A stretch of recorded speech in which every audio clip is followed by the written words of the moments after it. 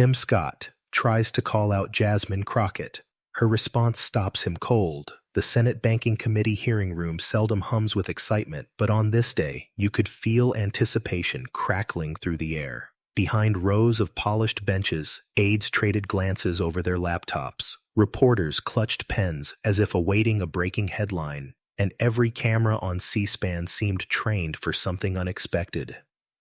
The stage was set not just for political protocol, but for the kind of drama that would ripple from Capitol Hill to every corner of social media. At the heart of it all sat Senator Tim Scott, a man whose years of experience, measured tone, and status as the lone black Republican in the Senate had long made him a go-to voice for conservative leadership. With his nameplate shining under the fluorescent lights and the confidence of a political veteran, Scott was ready. He'd built a career on being unflappable, steady in debates, unshaken by criticism, respected on both sides of the aisle for his ability to remain cool while others chose fireworks. But just a few seats down, Representative Jasmine Crockett radiated a different kind of energy altogether. She was everything establishment politics was learning to fear. Part criminal defense attorney, part social media phenomenon, part relentless advocate for the people in her district. Crockett's presence in the hearing was sharp and unignorable, eyes observant, posture composed, demeanor mixing caution and steely readiness. She was a first-term Democrat, yes, but one whose rise was fueled by real-world grit and a deep understanding of the system's cracks, not just its rules. The committee had begun in routine fashion. Discussions about policies, regulations, and statistics danced back and forth, but underneath, an undercurrent built for weeks. Scott and Crockett had already sparred on cable news, their teams exchanged barbs and press releases in a steadily escalating chess match of clashing ideologies and rival visions of black political leadership in America. Seniority and age met youth and innovation, 2 generations, 2 philosophies, and 1 room. Scott, the careful moderate, trusted that his years in Congress gave him the edge. Crockett, unapologetic progressive and veteran of courtroom battles, arrived knowing every fact would be challenged, and so she prepared for everything. Then, in an instant, the polite choreography broke. Scott launched his attack, public, pointed, and impossible to ignore. He questioned Crockett's record, painted her as more social media celebrity than substance, and challenged her very legitimacy as a serious lawmaker. The entire hearing hall froze, every eye darting between the old guard's escalated skepticism and the freshman's unwavering poise. What no one in the room, aides, lobbyists, viewers at home, could predict was that Crockett was ready. She didn't shrink, didn't falter, and didn't respond with bluster. Instead, a slow smile traced her lips, a signal to those paying close attention that the collision of ego, experience, and ambition was about to result in more than just another news cycle. Scott believed he'd seized the narrative with a single, old playbook punch. Crockett knew she'd anticipated this exact moment, her tools sharp, her facts organized, and her instincts prepared for the counterstrike. This wouldn't be a debate about personalities. It would become an explosive contest about legacy, generational change, and who truly understands and delivers for their communities in the digital age. The fuse was lit, and what followed would prove that in the modern arena of politics, it's not just what you say, but how ready you are to back it up that determines who leaves the room with power and whose story the country will remember. The Senate hearing was no longer just politics. It was about to become the stage for one of the decade's signature political moments, when ego, experience, and ambition didn't just collide, they detonated. If there's a moment in politics when every side leans forward, waiting for the spark that changes everything, this was it. The Senate Banking Committee hearing room, usually reserved for dry talk of regulations, had become a pressure cooker. Marble pillars, long mahogany tables, and the ever-watchful eyes of C-SPAN's unblinking cameras all faded into the background, replaced by the electric awareness that the next few minutes could set careers or unravel them. At one end of the dais, Senator Tim Scott exuded practiced confidence, an even posture, nods of recognition from colleagues, and the steady calm of someone who trusts his position is truly secure. Years of seniority had trained him for these rooms, a world where calculated patience and a touch of condescension were tools as old as the Senate itself. He had his lines prepared, notes crisp, and his strategy classical. Attack, unsettle, and let the weight of the establishment's expectations do most of the heavy lifting. Scott's strategy was clear to anyone who'd watched him rise. project reasonableness, anchor himself as the responsible voice in the room, and, if challenged, use experience as a shield. Today, he saw an opportunity. Frame Jasmine Crockett as a disruptor without substance, a social media firebrand whose flash couldn't survive scrutiny. Confident that his record, his resume, and that unwavering tone would be enough, Scott waited for his moment, expecting to assert dominance merely by raising the question of seriousness itself. But the other side of the table radiated a fiercer, more focused energy. Jasmine Crockett was no stranger to rooms filled with skepticism. Her demeanor was disciplined, her files thick with figures, her phone always within reach, a modern arsenal for a new-era lawmaker. Crockett had done her homework. Her team, alert to Scott's reputation for well-timed jabs, had assembled deep research, committee stats, constituent results, line-by-line refutations of every predictable trope. She understood she wasn't just representing herself. She was standing for a generation accused of caring more about likes than laws, more about viral than voting records. The inner circle of staffers, hers and his, buzzed for different reasons. Scott's aides knew he'd been frustrated by Crockett's cable news barbs, privately dismissing her as all performance. They shared knowing glances, texting talking points, and quietly planning the headlines they hoped would follow. Scott slices through rhetoric. Senate veteran schools newcomer. Meanwhile, Crockett's team reviewed tweets and real-time district feedback, pacing for the explosive pushback she'd undoubtedly face. They weren't worried about her being caught off guard. They were amped for the moment her research and her poise could turn the tables. Beyond personalities, this was a symbolic clash, an old guard establishment, confident experience is enough, set against a new wave that believes substance and communication are now inseparable. Scott and Crockett had sparred for weeks over who truly serves their communities, trading snipes and stats on every newsworthy platform.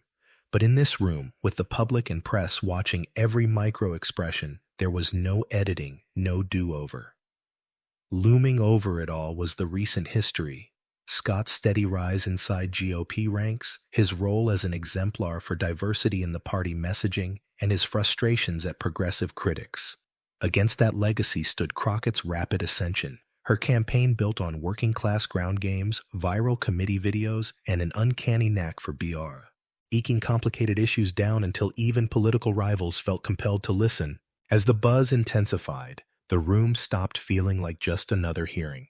It was a collision of mindsets, one side wielding tradition as proof of qualification, the other brandishing data, transparency, and unapologetic authenticity. The aides and lobbyists knew it. The reporters sensed the tension. The audience online braced for the first viral moment. The strategies couldn't be more distinct. Scott's approach: assert control by doubting the legitimacy of new voices. Crockett's answer: let the work speak, show the receipts, and trust that in the new political age, results, when delivered with confidence, can shake even the oldest institutions. And as the clock ticked toward that all-important exchange, it wasn't just a committee hearing anymore. It was a battleground for the future of political credibility, with every person in that room, and watching beyond, ready to judge who'd defined power for a new American generation. The exchange began quietly, but it soon revealed the classic tactics of Washington's old guard. Senator Tim Scott, secure in the power granted by years of seniority, leaned forward, his voice slicing through the committee room's uneasy calm. It wasn't just a question. It was a performance meticulously crafted for headlines. Representative Crockett, you talk about helping communities, but what have you actually done besides make noise on social media? The words were soft-edged, delivered in a tone meant to sound reasonable. Yet beneath the facade, the message was unmistakable. He wasn't just doubting her work, he was calling out her legitimacy as a lawmaker in front of millions. Scott's approach was textbook establishment politics. Cast yourself as the adult in the room, question the newcomer's seriousness, and frame their energy as spectacle rather than service. He leaned back, confidence radiating, fully expecting Crockett to stumble or lash out. And to his followers, this was vintage Senator Scott, the voice of experience dispensing perspective to a hot-headed freshman. His supporters nodded knowingly. This was supposed to be his moment to reinforce that seniority, not social savvy, still ruled in halls of power. Emboldened by the silence, Scott didn't let up. I've been in Congress over a decade, he continued, doing what the old playbook always prescribes: brandish your record, minimize theirs. I've passed real legislation that has helped real people, but all I see from you is tweets and TikToks and viral moments. Where's the substance? His tone now held a trace of condescension, a calculated touch meant to goad, a public lecture designed less for the person he addressed and more for the audience he imagined watching at home. As he spoke, seasoned operatives and junior staffers alike recognized the game. This was more than skepticism. It was the strategy of a politician who'd grown accustomed to equating institutional status with genuine impact. Scott's confidence bordered on arrogance. With each word, he doubled down, assuming a freshman's silence meant she was rattled, assuming her online following was just noise masking inexperience, assuming that in a room shaped by rules he'd helped set, no one could flip the script. What the cameras captured, what everyone in the room felt, was the pressure of the old guard confronting a new era. Scott's words walked the familiar line between advice and admonition. He cited years of real work, the gravity of senior offices held, the resume-length proof that history belonged to those who'd climbed their way to the top, not those who'd gone viral. But the real target wasn't Crockett alone. Scott's attack echoed outward, aimed at every young leader who'd threatened to tip the Senate's generational balance, every advocate bringing lived experience to policy, every communicator who had learned to wield social media not as a mask for inexperience, but as a bridge to constituents and communities. His remarks tried to reassert the primacy of the establishment, hoping perhaps that a well-placed swipe might not just put Crockett in her place, but also discourage a dozen others watching from trying the same climb. As Scott finished, eyebrows rose across the room. Some of his fellow Republicans sent glances that mixed encouragement with uncertainty. Even a few Democrats looked worried, calibrating the risk of a young voice flaring out against a veteran's practiced hit. On social platforms, the clip was already speeding through feeds, some framing it as Scott's well-timed check of a rising firebrand. Others saw what it truly was, a bet that the old playbook would work, that confidence could still outweigh preparation, that being first to throw a punch would guarantee the last word. What Scott didn't know, couldn't have known, was that the silent pause on Crockett's side of the table wasn't confusion, but calculation. She didn't flinch. Her silence grew heavier, not weaker, as she assembled her facts, dialed up her receipts, and mentally cued the comeback that was about to make DC history. The old playbook had been written in a different era. The only question now was whether Scott would realize too late that the rules had changed. And what came next would prove. In politics, underestimating the value of new tools and new talent is the surest way for the establishment to become a footnote. As the committee room braced for Jasmine Crockett's response, silent calculation replaced tension. She looked up, poised, not defensive, but undeniably ready. While Senator Scott mistook her calm for intimidation, Crockett was simply organizing her counterstrike, her composure signaling a depth of preparation that belied every stereotype about viral politicians.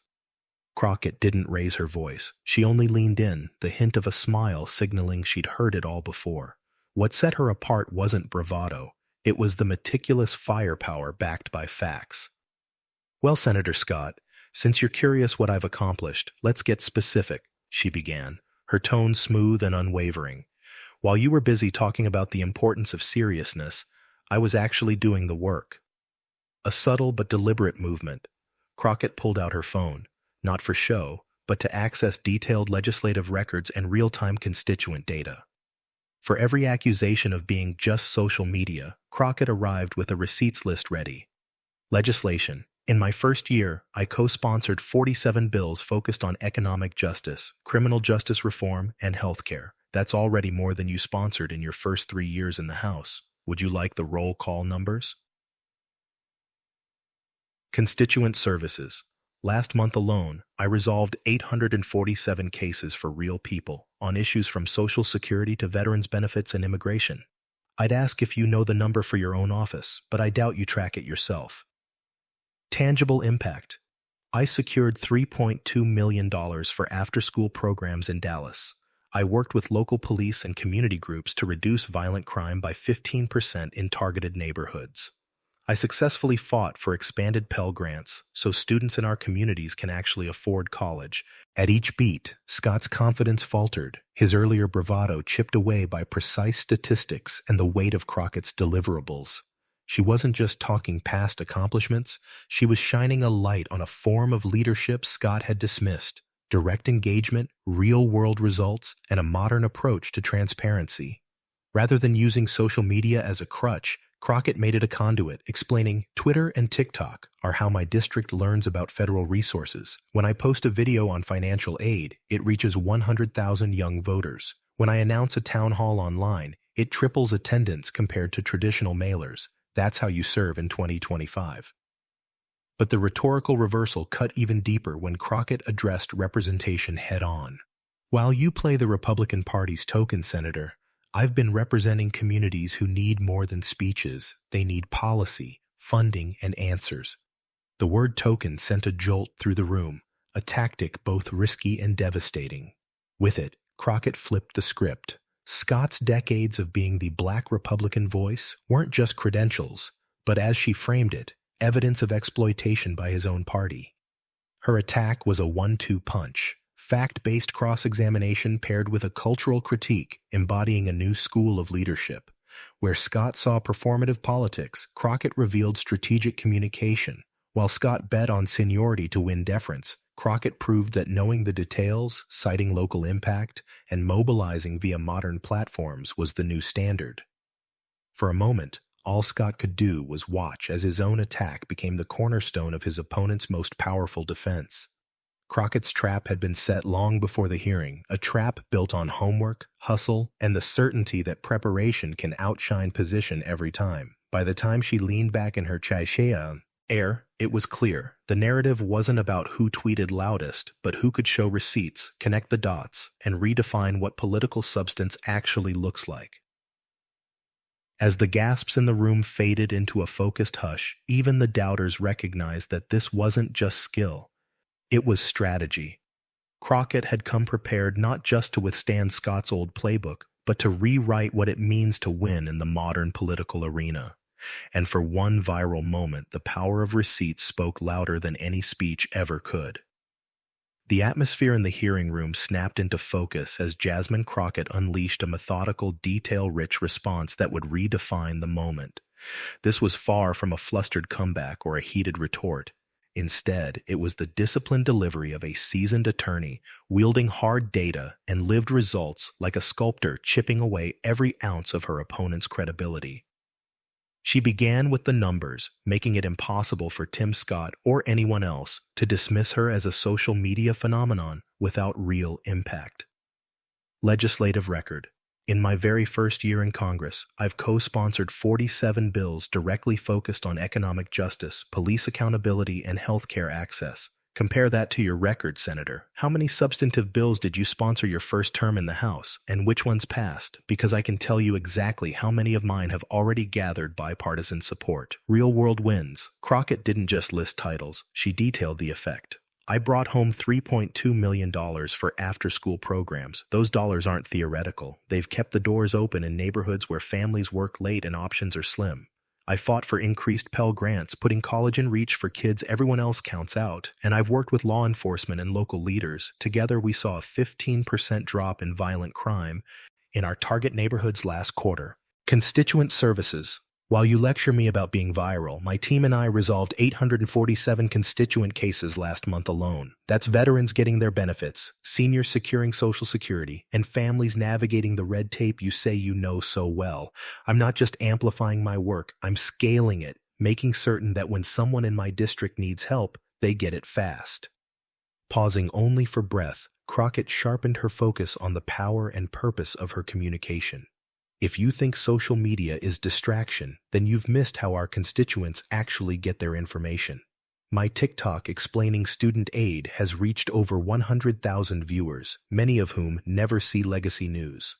Our last virtual town hall, announced online, had triple the attendance of anything I could have filled with robocalls or mailers. It's not for show, it's for service.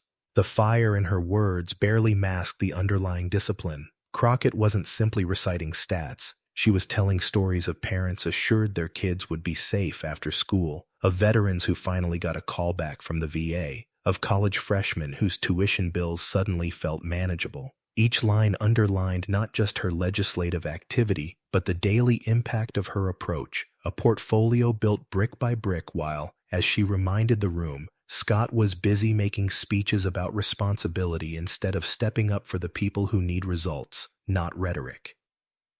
And then, as if anticipating resistance, she raised the stakes again, turning Scott's challenge into her launch pad.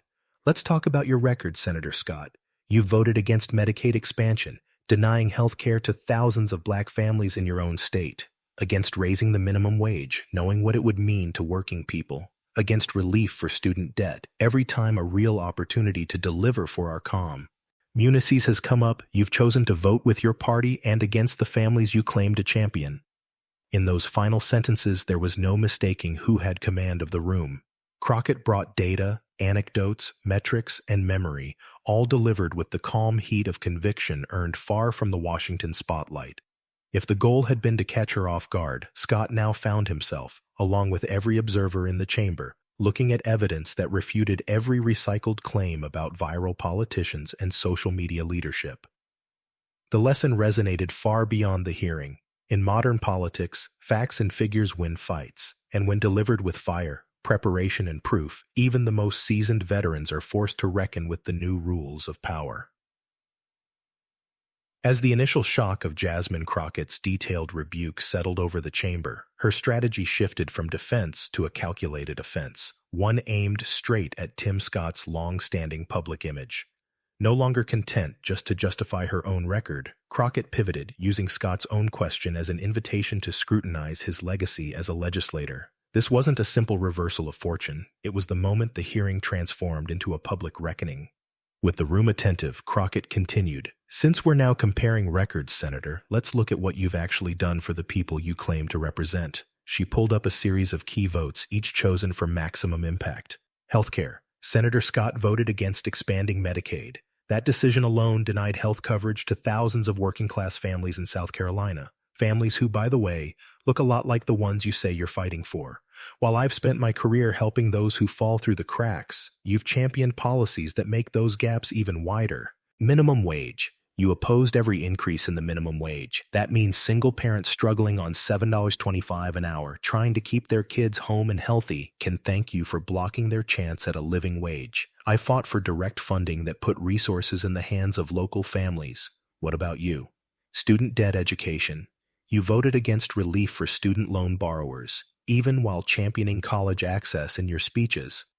When it came time to turn words into action, your party line loyalty outweighed the needs of first-generation college kids in your own state. Crockett's point-by-point approach was relentless. Every reference was precise, every number sourced, every dig anchored in official records. Her attack wasn't personal, but it was undeniably piercing. It's not just about what you say on TV or at campaign rallies, Senator. It's about the choices you make when the cameras are off. When the votes are counted, who really benefited? She glanced around the committee. Even veteran members squirmed, realizing the tables had turned completely. To further cement her argument, Crockett invoked the voices of ordinary South Carolinians. Quotes from families who lost health coverage, from college students burdened by debt, and from workers still scraping by.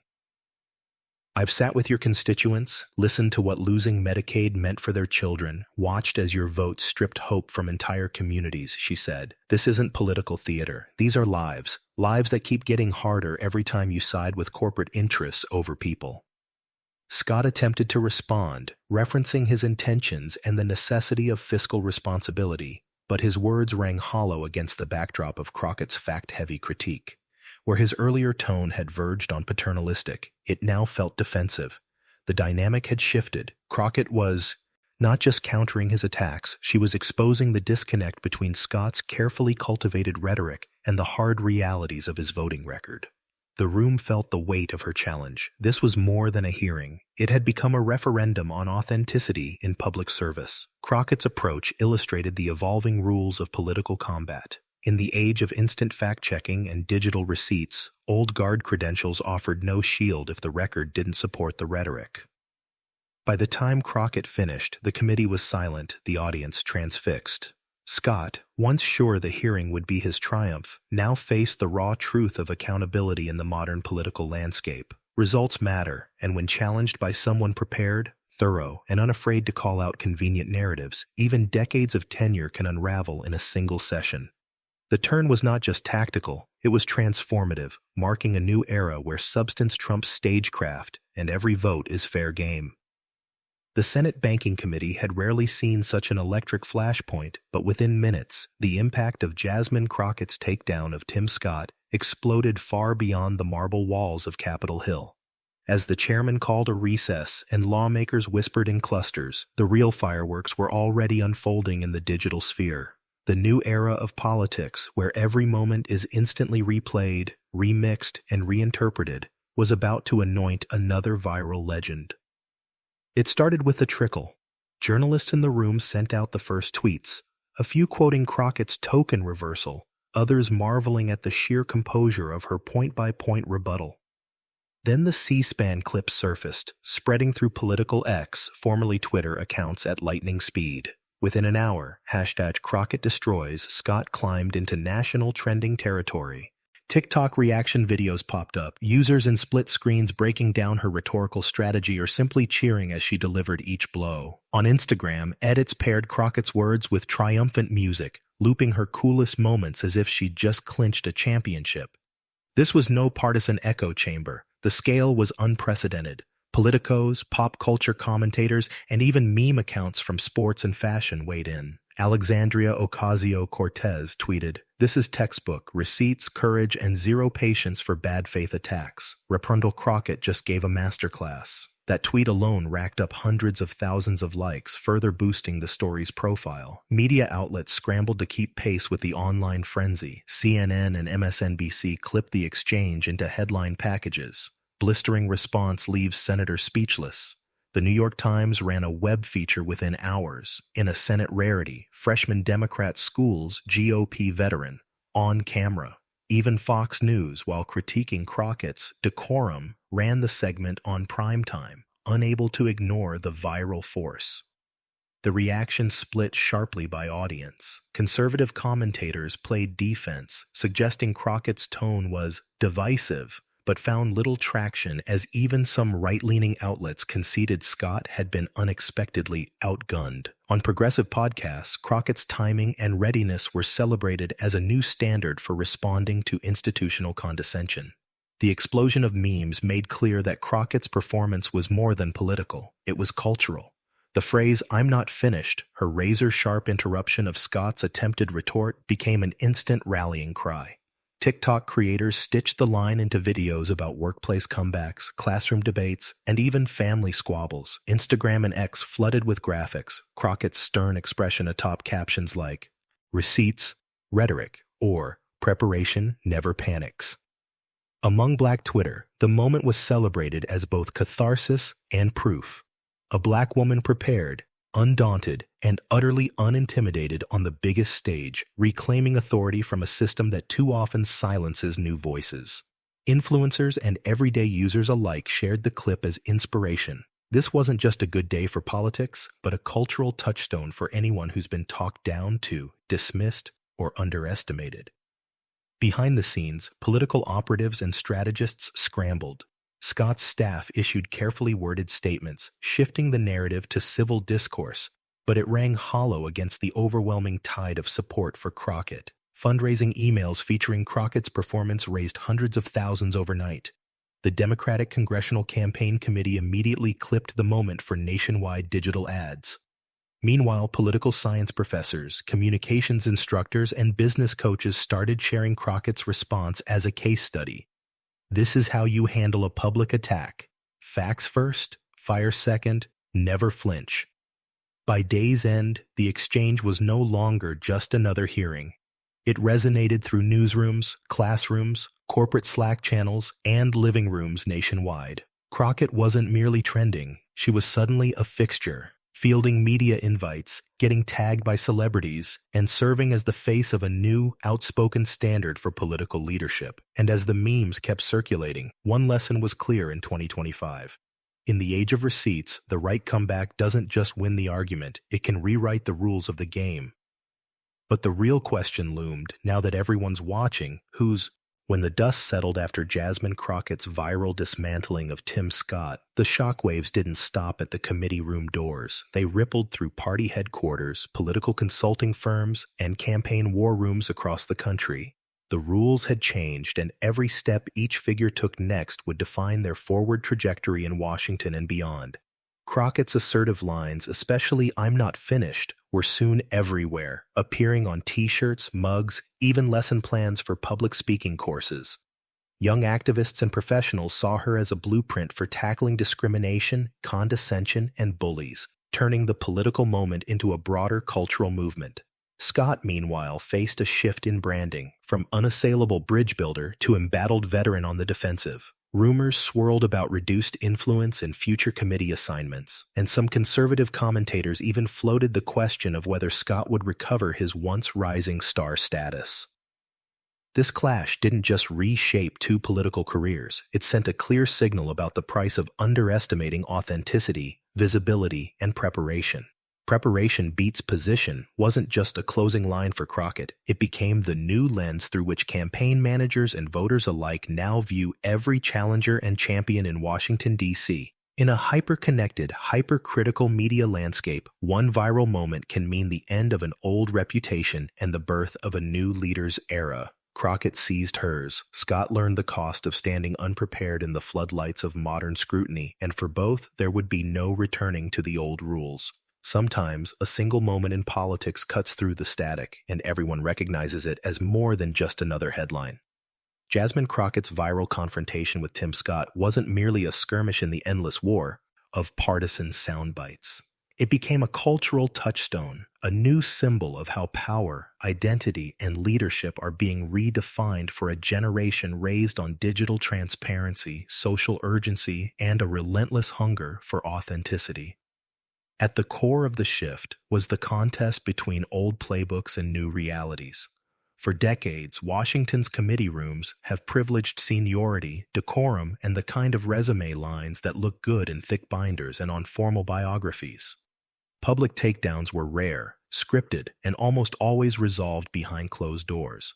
But Crockett's readiness, her ability to combine legal mastery, street-level connection, and the assets of modern communication represented an evolution. She exposed the limits of do your time, earn your spot politics and replaced it with something fresher, more direct. Demonstrate your value in real time, with receipts the world can verify and the community can cheer. What turned her exchange with Scott into a phenomenon wasn't just the substance of her argument, it was what her strategy symbolized. For anyone feeling overlooked, underestimated, or spoken over, Crockett's approach felt revolutionary. She spoke not just as a black congresswoman, but as a stand-in for young women, for first-generation leaders, for professionals of color in boardrooms and classrooms everywhere who've had their credentials questioned or contributions minimized. Her viral phrase, "I'm not finished," echoed far beyond politics. It became a rallying cry, a meme and mantra for resisting interruption, condescension, and the polite forms of silencing that still haunt institutions of every kind. Social media supercharged the effect. In an era where moments become memes in minutes, Crockett's composure and clarity turned into a blueprint for digital age advocacy. Her method, counterattack with facts, cite hard numbers, never let emotion override precision, became a viral syllabus for Gen Z and millennial professionals. Law school instructors, HR trainers, and debate coaches cut up the exchange to show students what it looks like when a challenger faces down bias with preparation, not panic. Culturally, the exchange revealed another deep current: the appetite for visible accountability and authenticity from public figures. Audiences were no longer satisfied watching politicians spar about abstract policy. They wanted to see who could connect actions to outcomes, who could prove real benefit to real people, and who could defend their story without leaning on hollow tradition or institutional safety nets. Crockett's use of social media wasn't window dressing. It was strategic, creative, and, ironic for her critics, evidence of modern leadership in action. Where Scott clung to the trappings of seniority, Crockett's fluency in reaching constituents where they actually are, online, engaged, unfiltered, demonstrated a kind of resonance her opponent never saw coming. The moment also exposed the shifting rules of representation, especially for black politicians in both parties. Scott's identity, once a shield for the GOP against accusations of exclusion, now seemed more like a liability when challenged by a peer with equal, if not deeper, cultural roots and practical credibility. Crockett's charge, calling him the Republican token, wasn't just a personal slight. It was a public naming of the tensions simmering beneath the surface of both parties. Who gets celebrated, who gets to define a community's interests, and who gets to claim the future. Ultimately, the Crockett-Scott clash will be remembered not just for the fireworks or the hashtags, but for signaling a clear shift in the American cultural landscape.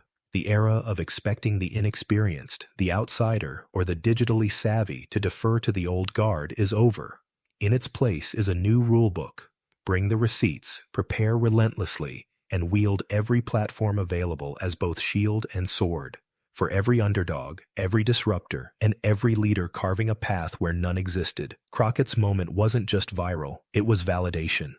As the reverberations of Crockett's viral takedown continued to echo through halls of Congress and across social media, the rules of political engagement seemed not just rewritten, but fundamentally recalibrated for a new era. What happened in the Senate Banking Committee wasn't just a news cycle flash, it was the nation witnessing in real time how the mechanics of power had shifted beneath the surface. In a world once dominated by legacy, pedigree, and proximity to the establishment, a single moment of seamless preparation and calm under fire can now upend a lifetime of accumulated position.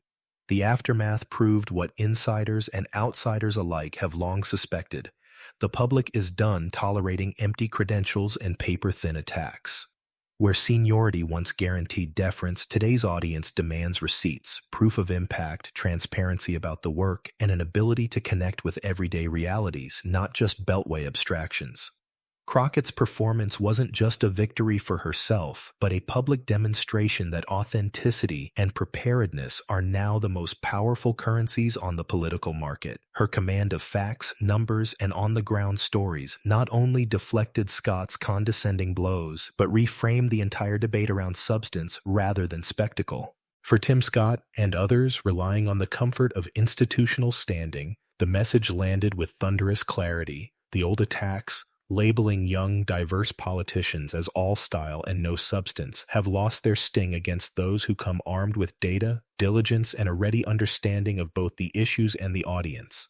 Scott's attempt to draw upon years of real work was laid bare the moment Crockett enumerated in granular detail how her own office was making a tangible difference right now in the lives of regular constituents.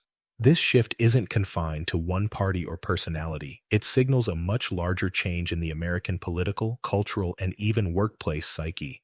The new gold standard isn't how long you've been at the table, but what you've brought with you and what you leave behind. For every voter, activist, young professional, or future candidate, what resonates is no longer the polish of the resume, but the proof of results, the readiness to get specific, and the confidence to leverage every tool, be it courtroom experience, viral storytelling, or hard-won constituent wins. Across the landscape, parties are adapting. Republican strategists are quietly circulating reminders to avoid underestimating new voices, especially those brandishing specifics. Democratic trainers are using the Crockett-Scott exchange as a masterclass, reinforcing that substance, delivered with poise and unflinching clarity, can turn any hearing, town hall, or stump speech into a defining moment. Meme culture has done the rest, amplifying "I'm not finished" into a shorthand for refusing to let institutional rot, unchecked ego, or condescension go unchallenged. But perhaps the most important lesson is this.